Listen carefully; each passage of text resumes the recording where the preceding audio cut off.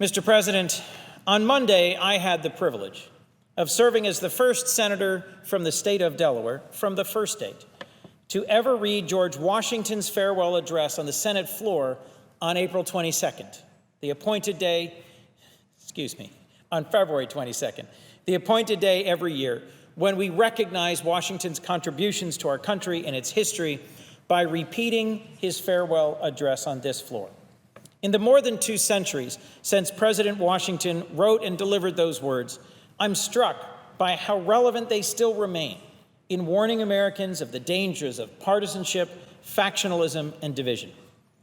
Today, the constitutional order for which President Washington and so many of our founding fathers and so many Americans risked and dedicated their lives, and which has sustained our experiment in democracy for generations now, is threatened, not by one person or by one political party, but rather by the relentless division and dysfunction that has come to define our current political discourse. Just over 2 years ago, this discord led to an unprecedented shutdown of our whole federal government for 17 days. At stake today now is nothing less than the capability of the Supreme Court of the United States to continue to meaningfully function. If we fail to reverse this increasingly divisive and, I think, dangerous trend, we won't just be facing a series of undecided legal policy issues. We'll also be looking at a direct threat to our constitutional order, a new normal in which Supreme Court vacancies remain just that for months upon months or even years. Mr. President, sadly, the rhetorical warfare on filling the vacancy on the Supreme Court began just an hour after the world first learned of Justice Scalia's passing, when the majority leader issued a statement in which he ruled out any hearing or vote or any consideration whatsoever of a Supreme Court nominee. And the back and forth between our parties has grown even more heated in the days since. Much has been made of what senators of both parties have said and done in response to past Supreme Court vacancies. But the precedent that I think matters most is what this chamber actually did the last time that there was a Supreme Court vacancy during an election year. As many of my colleagues have pointed out, the last time that happened was in 1988, and that year Justice Kennedy was confirmed unanimously and by a democratically controlled Senate.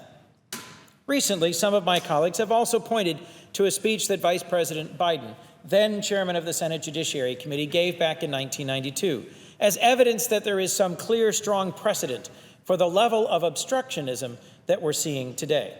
But that reading of his remarks both misrepresents his remarks and obscures the real facts. It's easy to take much of what we say and do here on the floor of the Senate out of context. In fact, I'm sure it's happened to each member of this chamber more than once. But a full reading of then Chairman Biden's fulsome remarks shows that at the end of his speech, Senator Biden promised to consider not just holding hearings, not just a vote, but also supporting a consensus nominee. To quote directly, I believe that so long as the public continues to split its confidence between the branches, compromise is the responsible course for both the White House and for the Senate. Therefore, then Senator Biden said, I stand by my position. Mr. President, if President Bush consults and cooperates with the Senate or moderates his selections absent consultation, then his nominees may enjoy my support, as did Justices Kennedy and Souter. Close quote. So when it comes to setting Senate precedent, I think it's important to get the Vice President's words right, but I also think it's important to pay attention to his actions, which speak more loudly than his words. His record as chairman of the Senate Judiciary Committee is unmistakable. In case after case, he convened and held appropriate and timely hearings for judges of all backgrounds and experiences when nominated by President Bush in an election year. Even in a deeply contentious election year, he considered dozens of district and circuit court nominees all the way up until September, just 2 months before a presidential election. So today, I echo then Chairman Biden's 1992 request. I urge President Obama to nominate a moderate and eminently qualified jurist by whose record should clearly under normal circumstances be confirmed and who can become a consensus nominee in this chamber. You don't have to look very far to find a number of candidates who would easily fit this description. Mr. President, I'm not asking my Republican colleagues to commit to support such a nominee, but I am asking for us to be able to fulfill the constitutional obligations of advice and consent we've sworn to uphold. Just another important piece of factual record. Since the formation of the Senate Judiciary Committee a century ago, every single Supreme Court nominee has received a vote, a hearing, or both.